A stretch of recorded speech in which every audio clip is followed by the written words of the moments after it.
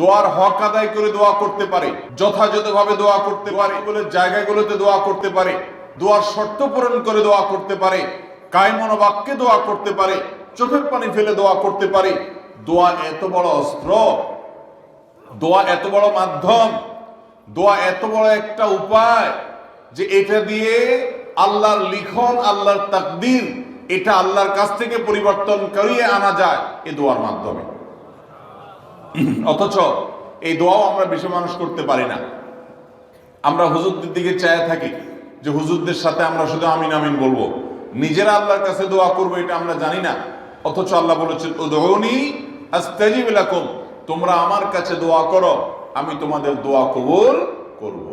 অতএব ভাইরা আমার, আমরা আল্লাহ রাব্বুল আলামিনের কাছে আমাদের ভাগ্যে যেন ভালো কিছু লেখা হয়, সেজন্য আল্লাহর কাছে বেশি বেশি করে দোয়া করব। এবং আমাদের তাকদীরে যদি কোনো ক্ষতিকর কিছু থাকে তো সেটা যেন আমাদের ক্ষতি না করে আল্লাহ রাব্বুল আলামিন যেন আমাদের প্রতি রহম করেন, এই মর্মে আমরা যদি দোয়া করি তো দোয়ার মাধ্যমে আল্লাহ তাআলা তাকদীর পরিবর্তন করে। অবশ্য তাকদীরের মধ্যে দুইটা প্রকার আছে, একটা তাকদীরে মুবরাম আর একটা তাকদীরে গায়রে মুবরাম। তাকদীরে গায়রে মুবরাম যেটা, সেটা তাকদীর দোয়ার মাধ্যমে ফয়সালা আল্লাহ পরিবর্তন করেন।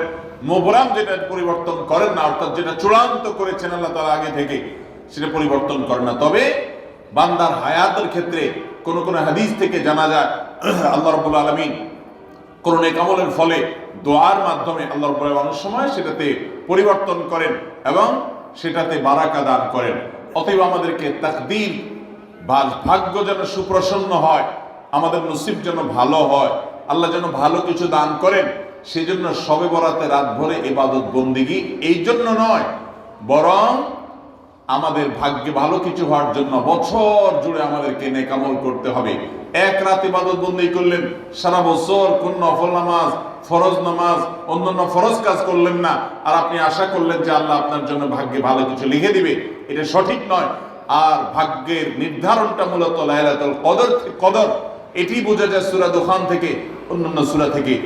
অতএব আমাদের সবাইকে আমাদের ভাগ্যে ভালো কিছু লেখার জন্য বেশি বেশি আমাদের ৫ ওয়াক্ত ফরজ নামাজ সহ আল্লাহর সমস্ত ফরজ বিধানগুলো মেনে চলতে হবে, হারাম এবং গুনাহের কাজগুলো থেকে বেঁচে চলতে হবে, এবং সেই সাথে আমাদের সবাইকে বেশি বেশি করে বিশেষ করে নেককারদের কাতারে শামিল হতে হবে।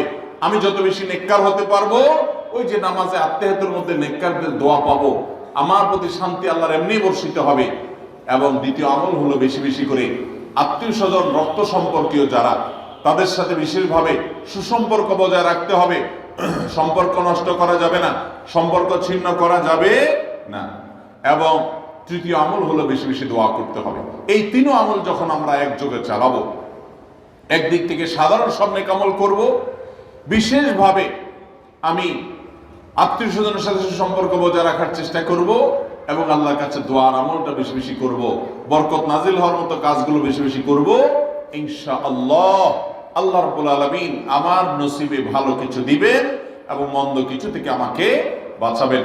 নবী করিম সাল্লাল্লাহু আলাইহি সাল্লাম আল্লাহর কাছে দোয়া শিক্ষা দিয়েছেন, আল্লাহুম্মা ইন্নী আউযু বিকা মিন দারকিল বালা, আল্লাহুম্মা ইন্নী আউযু বিকা মিন সুইল কাদা।